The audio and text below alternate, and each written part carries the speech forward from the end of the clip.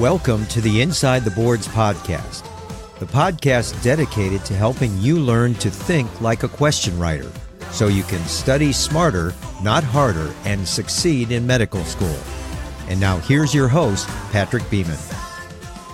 All right, I am Patrick Beeman, your host, and we are back with another sample from our all-audio Qbank, this time coming at you with general surgery questions from the third-year version of our all-audio Qbank, powered by OnlineMedEd. I've got some exciting news that I will share with the audience here in roughly 2 to 3 weeks, but needless to say, it also has kind of decreased our productivity in terms of the podcast because my time is being eaten up significantly, but in the long run, it shall prove to be good for ITB and this podcast. Thanks to everybody who has shared this podcast, who has listened and left a review, and especially those who have purchased our all-audio Qbank. Just a reminder, you can get the audio Qbank by going to insidetheboards.com/Qbank and use the code podcast at checkout for an additional 25% off.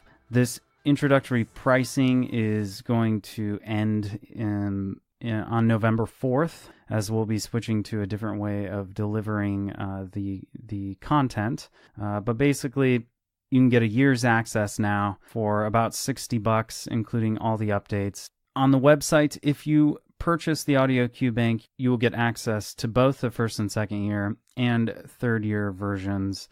Given the way we've set this up with Podbean for the time being, you just download the Podbean app and you can study on the go while you're working out, while you're driving, to get more great learning on the go from us here at Inside the Boards with special help from Osmosis and OnlineMedEd. And again, over the next probably now month or two, our podcasts are going to focus on sample sets from the audio Qbank because we want to keep this going, and we will resume our regular kind of programming with interviews from luminaries in the MedEd space sometime most likely in November. So stay tuned for that. If you have any questions, you can always reach out to us by email. Just shoot us one to info@insidetheboards, or follow us on Facebook /InsideTheBoards, Instagram /InsideTheBoards, or my favorite platform, Twitter, where I tweet as @BoardsInsider. Happy studying, and I hope you enjoy this set from our audio Qbank. A 19-year-old man is shot in the chest during a gunfight. His friends drop him off at the ED entrance, then leave. The patient is coherent, has a blood pressure of 120/80 and a heart rate of 110. He is shot just below his left nipple. There is no exit wound. His lung sounds are clear, and an X-ray confirms normal lung fields. Lab work is being obtained. He asks for morphine. What is the best next step in management? A. Exploratory laparotomy. B. CT scan of the abdomen. C. Pain control and IV fluids. Or D, CT angiography of the chest? And the answer here is A, exploratory laparotomy. So this question is to remind you that the nipple line is where the chest begins and the abdomen ends. The nipple line corresponds approximately with the fourth thoracic vertebra, T4. With a deep inhale, the diaphragm pushes the lungs up, making T4 definitively a part of the abdomen. With a strong exhale, the diaphragm is pushed down, making T4 a clear chest wound. So any penetrating injury in that area should be treated as both a chest and an abdominal wound. Any penetration of the abdomen leads to an X-lap for the surgeon to run the bowel. Next question. A 21-year-old man suffers a gunshot wound and is taken to the emergency department. On exam, he is coherent with a blood pressure of 110/77 and a heart rate of 115 beats per minute. He is shot just below his left nipple, and there is no exit wound. His lung sounds are clear, and an X-ray confirms normal lung parenchyma. He undergoes an exploratory laparotomy where the surgeon notes 2 clean punched-out entrance and exit wounds in the transverse colon, with the bullet fragments lodged in the spleen. The spleen is noted to be bleeding, but there are no other injuries identified. What is the best next step in management? A. Repair the splenic laceration. B. Diverting colostomy to the proximal colon. C. Primary repair of the colonic injury. Or D. Securing the bullet fragment. The answer here is C. Primary repair of the colonic injury. It is assumed that this person got large bore IVs, was typed and crossed, and has an indwelling catheter, etc. All the kind of pre-op stuff you do in the case of an emergency exploratory laparotomy. Now the abdomen's open, and you don't want to get hung up on the fact that there is a bullet. The only thing that matters less than the spleen is the bullet fragment. So never go there first. The old school approach is that every colonic injury gets a diverting colostomy. But this is not correct, because everyone except in special cases nowadays gets a primary repair of the colon. So the board's insider tip for this one, fix the most important injury to the most important organ first on your surgery shelf exam. If you can, save the spleen, but remember, the spleen is expendable.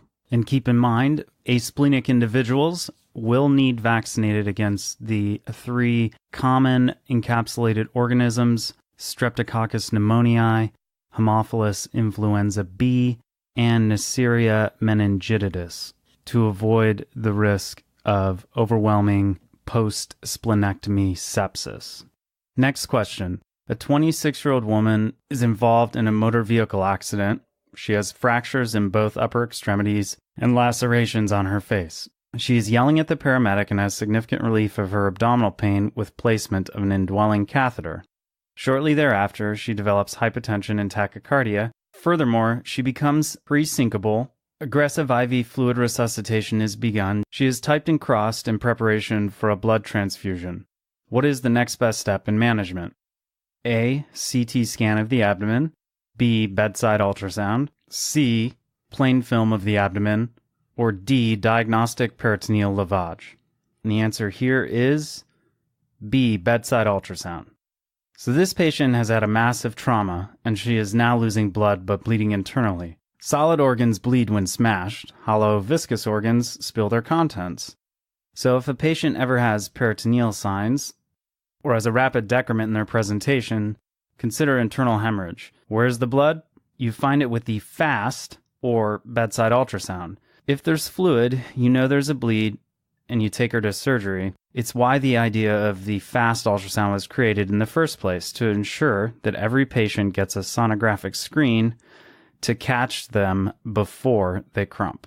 The board's insider tip for this one, significant blunt trauma with peritoneal signs, noted in the vignette by relief of her abdominal pain with placement of an indwelling catheter. As the bladder distends, it will irritate the peritoneum. Perform a fast ultrasound as the next step in management. Next question. A 20-year-old woman is involved in a motor vehicle accident. The car rolled on top of her legs, crushing them. She is found to have a pelvic fracture and multiple femoral fractures. On arrival, she is hypotensive but responsive. A bedside fast ultrasound is negative. She is hemodynamically stable, and a CT scan confirms there is no intra-abdominal bleeding, but there is a pelvic hematoma. What is the next best step in management? A. External fixation of the pelvis. B. Exploratory laparotomy. C. Placement of an indwelling urinary catheter. Or D. Intubation. And the answer here is C. Placement of an indwelling catheter. So this is kind of a gotcha question. Pelvic fractures are always treated with external fixation and never with exploration. But we want you to remember the absurdity of the absolute, because it will help it stick. A hemodynamically stable patient without ongoing hemorrhage can wait.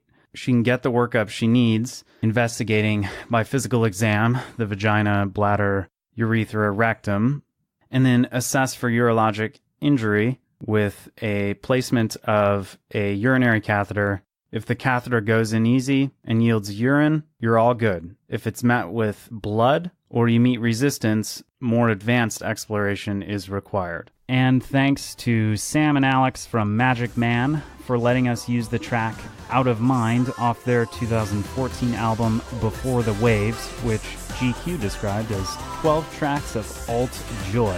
To hear more, check them out at magicmanmusic.com or follow them on facebook.com/magicmanmusic. As always, thanks for listening and sharing Inside the Boards with your friends. Inside the Boards is not affiliated with the United States Medical Licensing Examination, Comprehensive Osteopathic Medical Licensing Examination, National Board of Medical Examiners, National Board of Osteopathic Medical Examiners, or any other licensing or examination body. All exam names or other trademarks are the property of the respective trademark owners.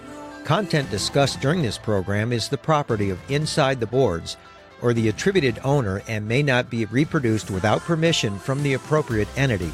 Inside the Boards fully adheres to the respective policies on irregular behavior outlined by the aforementioned credentialing bodies. All content discussed is for educational purposes and should not be construed as medical advice.